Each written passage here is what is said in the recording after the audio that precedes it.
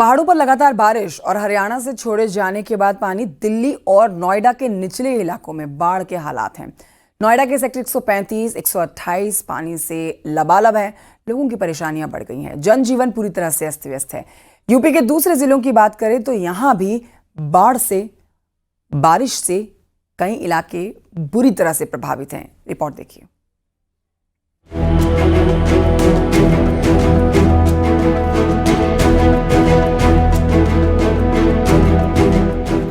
हरियाणा से लगातार छोड़े जा रहे पानी से दिल्ली के बाद नोएडा में भी बाढ़ के हालात बन गए। नोएडा के सेक्टर 128 का असगरपुर पानी में डूब गया।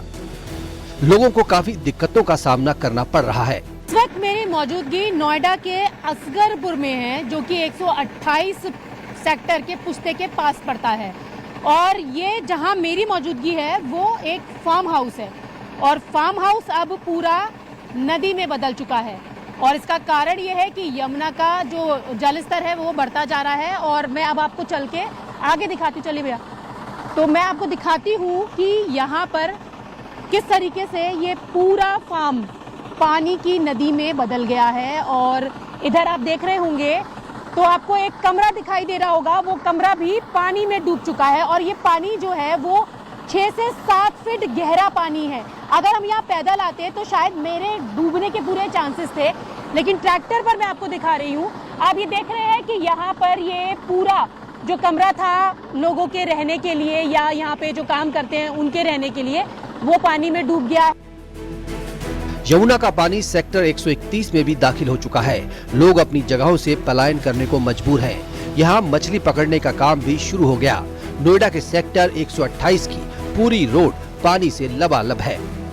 का एरिया है, ये डूब क्षेत्र है, और यहाँ पर पानी जिस तरीके से भरा हुआ है, पूरा जो इलाका है वो जलमग्न हो गया है। लोगों की मुश्किलें यहाँ पर बढ़ती नजर आ रही हैं, क्योंकि यमुना के इस पानी का जो दायरा है वो आगे बढ़ता जा रहा है। और ठीक पीछे आपको दिखाऊं, अपने विजय कमलदेव से कहूंगी कि आपको पीछे का नज़ारा दिखाएंगे, तो यहाँ पर अब जो लोग हैं वो भी परेशान होने लगे हैं, मुश्किलें बढ़ने लगी हैं, क्योंकि उनके जो पालतू जानवर हैं वो यहाँ पर फंस गए थे। इसके साथ ही दोनों तरफ में आप देखें तो यहाँ पर नर्सरी में काम करने वाले कई मजदूर थे, जिनको यहाँ से विस्थापित करके ऊपर की तरफ भेज दिया गया है। और मैं आपको इस नर्सरी का भी एक नज़ारा दिखाना चाहूँगी, कि आगे लेकर चलती हूँ आपको, और अपने जो दर्शक हैं न्यूज़ 18 के, उनको दिखाती हूँ कि किस तरीके से अब यहाँ पे बाढ़ का जो खतरा है वो बढ़ता जा रहा है। क्योंकि ये यमुना का जो बहाव है, यमुना का ये जो वेग है वो धीरे धीरे आगे बढ़ता जा रहा है। आप देखिए यहाँ पर नेट लगी हुई है, और इस नेट को उठाकर मैं आपको दिखाने की कोशिश करूंगी कि यहाँ आप देख सकते हैं कि ये जो पूरी नर्सरी है वो पानी में जलमग्न हो गई है। नोएडा के सेक्टर 135 में बाढ़ आ गई है। सैकड़ों फार्म हाउस में पानी दाखिल हो चुका है। जहाँ तक नजर जाएगी सिर्फ पानी ही नजर आएगा। पानी की गहराई की बात करें तो यहाँ पे पानी जो है 6 से 7 फीट गहरा पानी है। और अगर मैं अपने हाइट के अकॉर्डिंग बात करूँ तो ये मेरे कमर से ऊपर पानी होगा। और ये पानी जो है अब उस नर्सरी को क्रॉस करके, उसके दरवाजे को क्रॉस करके, आप देखिए दरवाजा क्रॉस करके बाहर निकल आया है। जो नर्सरी के बाहर का रास्ता था वो भी पूरा पानी से भर गया है। तो ये तस्वीरें आप देख सकते हैं कि किस तरीके से पानी का जो उफान है वो भरता जा रहा है। पीछे की तरफ आपको दिखाऊं कि जो कि पॉली गार्डन्स होते हैं, जो कि नाजुक पौधों को बचाने के लिए जो पॉली शेड्स लगाए जाते हैं, वो शेड पूरी तरीके से टूट चुके हैं। वो ग्रीन शेड आपको दिखाई दे रहा होगा, वो ग्रीन शेड जो है उसकी हाइट का अंदाजा आप लगा सकते हो कि कितनी ज्यादा ऊंचाई पर वो शेड्स होते हैं। लेकिन सिर्फ अब वो ग्रीन छत जैसी नजर आ रही है। नीचे का जो पूरा स्तर है इसका, जो पानी से भर चुका। अभी तक सेक्टर 135 और 151 से सैकड़ों लोगों का रेस्क्यू किया जा चुका है। लोगों में दहशत है। वहीं मथुरा में बाढ़ का खतरा लगातार बढ़ता जा रहा है। जयसिंहपुरा खादर के हालात खराब हैं। करीब 5 से 6 फीट पानी भर गया है। बाढ़ में फंसे लोगों को निकालने का काम जारी है। अब तो नाव चल रही है। सुबह फोन आया था, भैया हमें बचाओ। पहले भी हम अलर्ट कर चुके हैं, लेकिन नहीं निकल रहे हैं। अब फोन आया कि भैया बचाओ, मैं चलो पहुंचते हैं, अब रेस्क्यू करने जा रहे हैं उसको। अब जैसे जैसे निकालेंगे। क्या सूचना आपको मिली थी? कह रहे भैया पानी अब पहले तो घुटनों तक था, अब कमर तक पानी आ चुका है। अब कमर तक पानी आ चुका है, इसलिए कह रहे हैं हमें निकालो। मैं नहीं, चलो निकालने चल रहे हैं, रेस्क्यू करने जा रहे हैं। आगरा में यमुना नदी खतरे के निशान को पार कर चुकी है। ताजमहल के पीछे बने गार्डन, एतमादुद्दौला स्मारक के कमरे और शमशान घाट तक पानी भर गया है।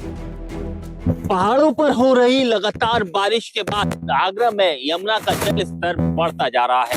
हालत ये है कि यमुना किनारे बसे गांव तो पानी से डूब गए हैं, तो साथ ही साथ ताजमहल हो, एतमादुद्दौला स्मारक हो, सभी जगह पानी पहुंचता जा रहा है। यानी कि ताजमहल के गार्डन तक पानी पहुंच चुका है। यमुना किनारे बने ताजमहल का जो पार्क है वहां पर पानी पहुंच गया है, तो वहीं एतमादुद्दौला जो स्मारक है उसके नीचे कमरे हैं, उन कमरों तक में पानी भर गया है। इस समय जहां हम खड़े हैं ताजमहल के ठीक पीछे का एरिया है जिसको दशहरा घाट कहा जाता है।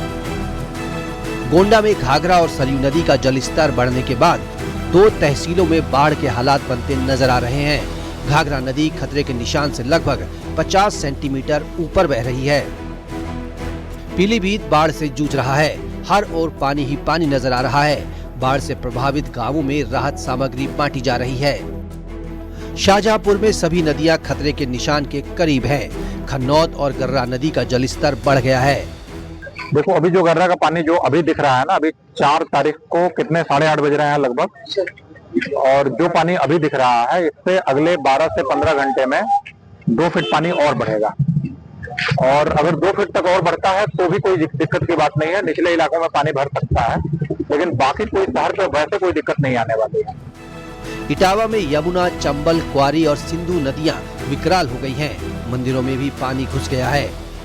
इटावा में यमुना नदी की बाढ़ का व्यापक असर नजर आ रहा है। यमुना नदी के किनारे बने हुए छोटे बड़े मंदिर जो है पानी की जद में आ चुके हैं और पानी इस कदर बढ़ता चला जा रहा है कि लोग परेशान हैं। मैं इस समय धूमेश्वर महादेव मंदिर परिसर में हूँ, जहाँ पर पानी की व्यापकता लगातार विकराल होती चली जा रही है। मंदिर जो यहाँ बने हुए हैं वहां पर पूजा अर्चना भी बंद कर दी गई है।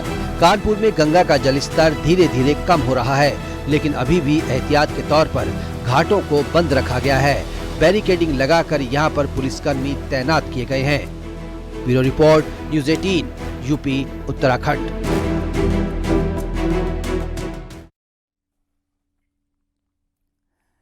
कासगंज पुलिस ने ऑनलाइन चैटिंग ऐप के माध्यम से लोगों को बुलाकर लूट की घटना को अंजाम देने वाले गैंग का पर्दाफाश किया है।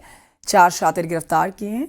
छात्रों ने चैटिंग ऐप के माध्यम से 2 युवकों को बुलाकर उनसे लूट की घटना को अंजाम दिया था। इनके पास से 2 अवैध तमंचे, 3 जिंदा कारतूस, 6000 कैश, घटना में इस्तेमाल एक कार और 3 मोबाइल फोन बरामद हुए हैं। कुछ लोगों द्वारा 2 बच्चों के साथ लूटपाट की गई है। उनको जबरदस्ती गाड़ी में बैठा के उनके साथ लूटपाट की गई है और उस तहरीर के आधार पर मुकदमा पंजीकृत किया गया। घटना दिनांक 1 तारीख की है, शाम को 5:30 बजे के आसपास। और उसके बाद इन लोगों ने, वादी ने 2 लोगों पे शक जाहिर किया था, तो शक के आधार पर पुलिस ने कार्रवाई करते हुए घटना में शामिल 4 अभियुक्तों को गिरफ्तार किया है।